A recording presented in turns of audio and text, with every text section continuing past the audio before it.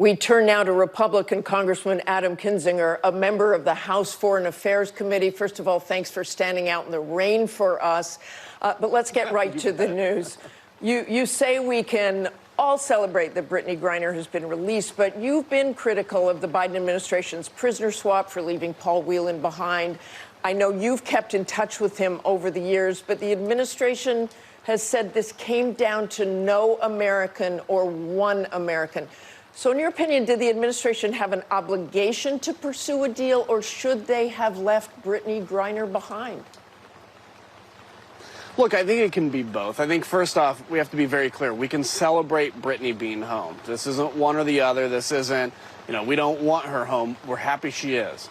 The reality, though, you have to look at, obviously, Paul Whelan, who has been detained for a number of years right now, about 4 years. And then you look at the fact that there's a guy named Mark Fogel, who was another American who was arrested a little over a year and a half ago for a small amount of marijuana possession, who was given 14 years in prison. So I think the reason I'm critical of what this deal is, again, we love that Brittany's home, okay? So let's put that aside. But why is it that Mark Fogel wasn't included? And also when, people say, look, it was the best deal we could get. It was the only thing the Russians were going to offer. If you make it clear that you're willing to take a deal no matter what, you're going to get a bad deal. And I think you have to negotiate from a position of strength. So again, we can be glad she's home, and we are, but also recognize that we are changing our no negotiation policy, and that could have real ramifications in the future. But even the Whelan family said that President Biden made the right choice in bringing Griner home. Well, they did. They also said that we don't know what our leverage is now. They were expecting that this arms dealer was going to be the piece of leverage for Paul Whelan. So they have shown a lot of graciousness, and I think that is very good of them to do. But I think from a policymaker perspective, we have to look at, okay, we have had Paul in custody for 4 years. Again, Mark Fogel, who's been in custody for, I think, about a year and a half ago, he was arrested, 14 years in prison for a small amount of marijuana possession. The question is, where is he in these negotiations as well? So, look, just as a country, we've kind of found ourselves in a point where we're saying in public we're willing to trade anybody to save even just one American. What does that mean for the future? And I do worry about the implications that could have for future hostage taking. If any country decides that we have somebody in our possession that they want back, they could just obviously arrest anybody and think that we would negotiate them away. And I want to be clear about Mark Fogel. Apparently, there's been no determination yet on his case. That's what we have been told. That's why his name has not been in the news as much. You talk about the weakness of the administration. You heard me ask John Kirby about that. Really, what more can be done?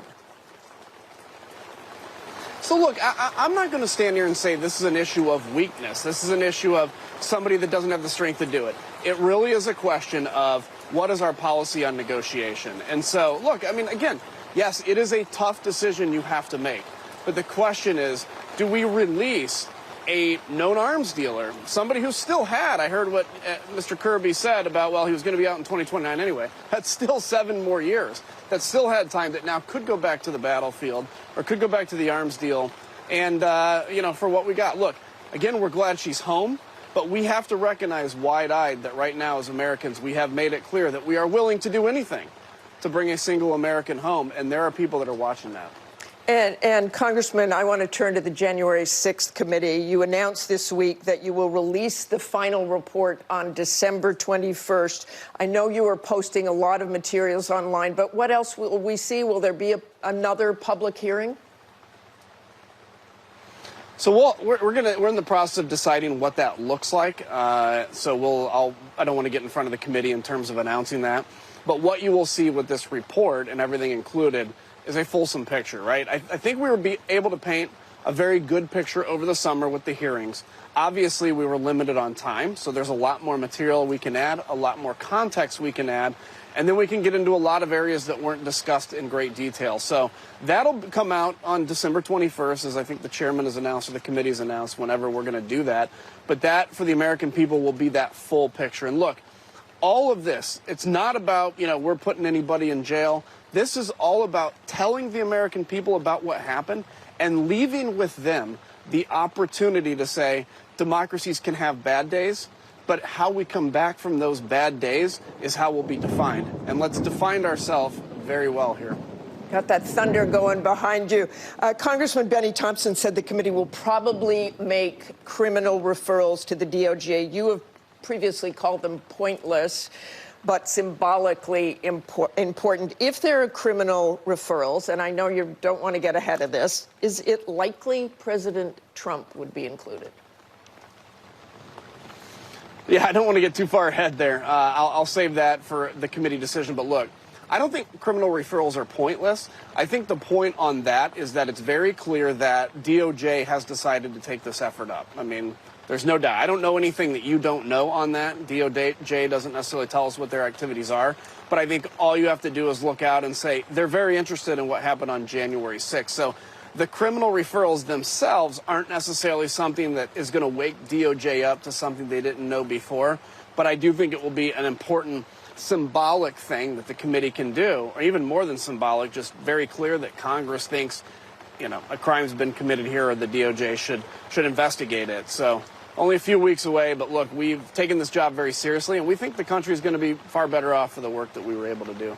Well, we will all be staying tuned. Thanks very much for joining us this morning. Please go inside. Thanks again.